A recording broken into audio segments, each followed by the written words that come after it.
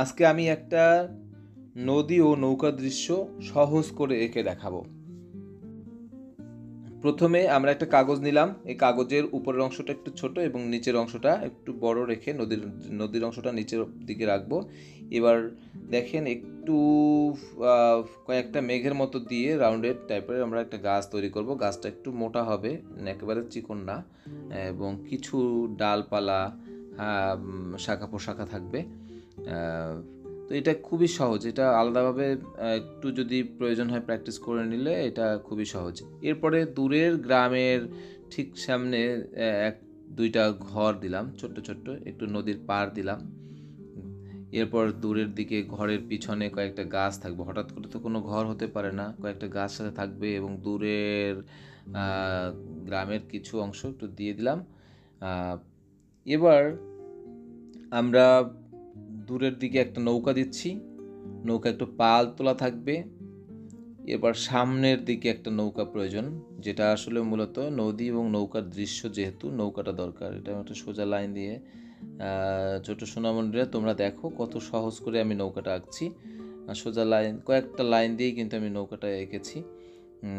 কয়েকবার ট্রাই করলে এটা খুবই সহজ লাগবে। আমি এর আগেও কিন্তু আমাদের চ্যানেলে কিন্তু শুধু নৌকা কীভাবে আঁকা যায় সেটার উপরও ভিডিও দেওয়া আছে। তোমরা চাইলে শুধু নৌকা আঁকতে চাইলে সেটার ভিডিও পেয়ে যাবে। আমাদের ড্রয়িং করা কিন্তু শেষ হয়ে গেল, কিছু ফুল দিয়েছি অলরেডি। এবার আমরা এটাকে সাইন পেন করব।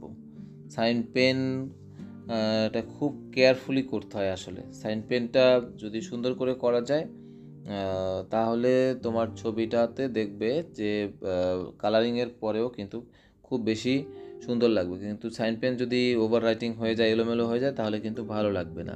খুব সাবধানে কাজটা করতে। এবার আমরা মোম কালার নিলাম। মোম কালার মধ্য থেকে আকাশ করার জন্য ব্লুর 3টা শেড নিলাম। ব্লু কালারের যেটা সব থেকে গাঢ় শেড, মোটামুটি গাঢ়, একেবারে গাঢ় বা ডার্ক ব্লুটা না, এটা মাঝারি টাইপের একটা ব্লু। আমি যেহেতু 100 কালারের শেড থেকে নিয়েছি, যেটা আমাদের 100 শেড রয়েছে টিটি কালারের, এটা থেকে আমি লাইট 3টা গ্রেড নিলাম। এর মধ্যে যেটা একটু ডার্ক সেইটা নিয়েই কিন্তু আকাশের উপরের অংশ ডানে বামে কালার করে নিব। ডানে বামে করে টানটা দিতে হবে, যেহেতু আকাশ, সেই জন্য একটু ডানে বামে করে লাইনটা দিতে হবে। এরপর আমাদের কিন্তু একটা মাঝারি কালার, ওর থেকে একটু হালকা যে ব্লুটা আছে, সেই হালকা ব্লুটা এর পরবর্তীতে কিন্তু ওর সাথে একটু মিশিয়ে এবং ব্লেন্ডিং করেও দিতে হবে। উপরে যে একটু ডার্ক, তার সাথে একটু হালকা শেডটাও কিন্তু হালকা করে ব্লেন্ডিং করে দিতে হবে।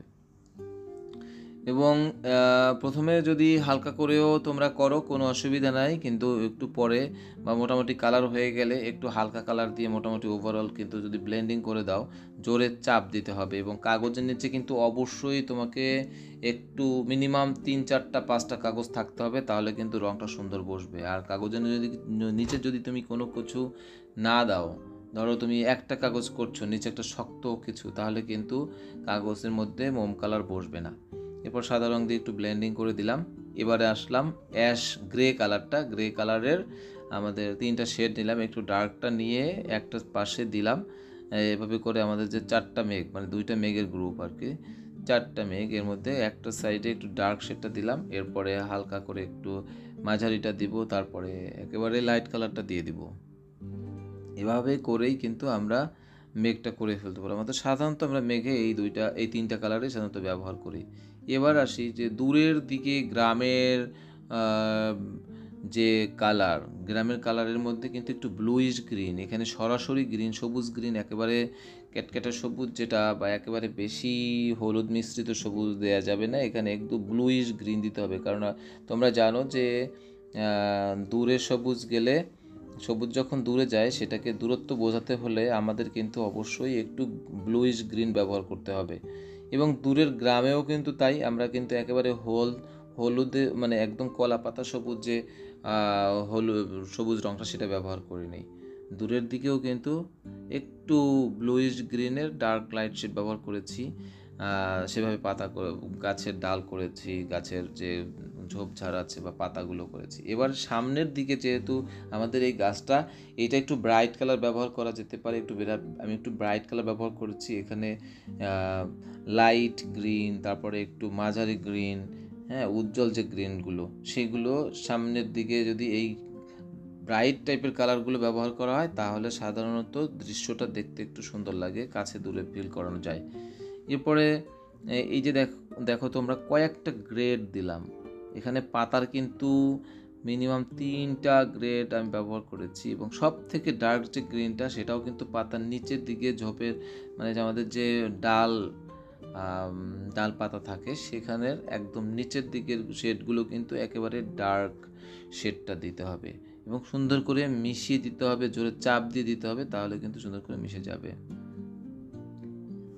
গাছের পাতার ফাঁকে এবং একেবারে নিচের দিকে একদম একদম নীল একটা কালার, সেটাও কিন্তু একটু অ্যাড করা হয়েছে, তাহলে হবে কি দূরত্ব মনে হবে। এবার আমরা দূরের গ্রামের জন্য ইয়েলো আকার এবং লাইট ব্রাউন কালারটা ব্যবহার করলাম, এবং ঘরের যে দূরের ঘর হালকা করে দেখা যাচ্ছে একটু গ্রে এবং লাইট পার্পেল ব্যবহার করে আমরা দূরের ঘরটা দিলাম, এবং দূরের যে গ্রামটুকু দেখা যায় ওখানে কিছু শস্য, যে আমাদের যে ধানের গাছ হোক বা এখানে জমিতে আমরা কিছু কালার দিলাম। এবারে আমরা কিন্তু পানিতে নিচের যে পানি আছে নদীর, সেটার মধ্যে একেবারেই লাইট ব্লু কালারটা আমরা কিন্তু উপরের অংশগুলোতে একেবারে ডানে বামে করে পুরো জায়গাগুলো কিন্তু লাইট ব্লুটা দিয়ে দিব। লাইট ব্লু দেওয়ার পরে ক্রমান্বয়ে একটু ডার্ক ব্লু মানে মাঝারি যে ব্লু, আমরা ঠিক আকাশের ক্ষেত্রেও যে কালারগুলো ব্যবহার করেছিলাম সেটা উল্টো দিকে হবে, এবং এখানে নদীর যে একদম সামনের দিকে নৌকার নিচে এখানে একটু ডার্ক ব্লুটা ব্যবহার করেছি, যেটা আমরা উপরে আকাশের ক্ষেত্রে ব্যবহার করিনি। এই ব্লুটা একটু তুলনামূলক ডার্ক দেওয়াতে এটা আমাদের ছবিটা একটু বেশি ব্রাইট লাগবে। ঠিক আছে, মোটামুটি আমার কিন্তু নদীর কালারগুলো করা শেষ হয়ে গিয়েছে।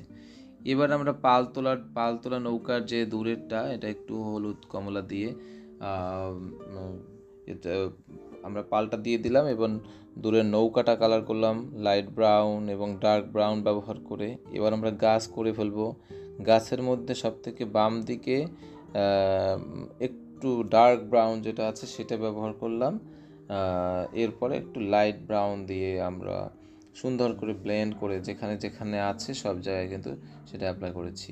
এবার নৌকার মধ্যেও আমরা উপরের দিকে ইয়েলো আকার ব্যবহার করলাম, তারপরে একটু শেড আছে তাই একটু ইয়েলো আকার থেকে একটু ডার্ক যে শেডটা সেটা ব্যবহার করেছি, এবং ভিতরের দিকে সইয়ের যে ভিতরের দিকে ওখানে একটু ডার্ক ব্রাউন ব্যবহার করেছি। এবার নৌকার উপরের অংশ এখানে একটু স্ক্রিন কালারের মতো একেবারে লাইট ইয়েলো আকার থেকেও লাইট এই কালারটা আমরা কিন্তু, এটা সাধারণত 100 শেডের কালার বা 60 কালারের মধ্যেও পাওয়া যাবে।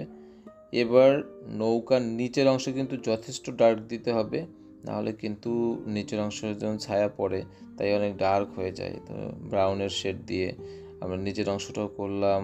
এরপরে নৌকার যে একজন মানুষ আছে তাকে একটু কালার করে দিলাম। এখানে 3-4টা ফুল আছে, ফুলগুলোকে তোমার ইচ্ছা মতো কালার করতে পারো, যে কোনো কালার করে দিলেই হবে। এবার সামনের দিকে একটু ব্রাইট কালার দেখাতে হবে, একটু ইয়েলো, তারপর একটু লাইট কলা পাতা সবুজ মানে যেটা লাইট সবুজ আমরা বলি, এবং সামনের দিকে কিছু ডার্ক সবুজ কিন্তু আমরা অ্যাড করেছি। এবার কিন্তু মোটামুটি ছবিটা কিন্তু আমাদের শেষ এবং দেখতে বেশ ব্রাইট লাগছে। তো তোমরা অবশ্যই লিখে জানাবে এই ছবিটা কেমন লাগছে।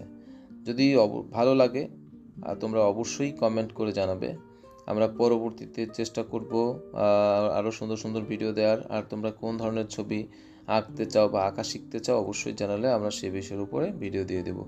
সবার জন্য শুভকামনা।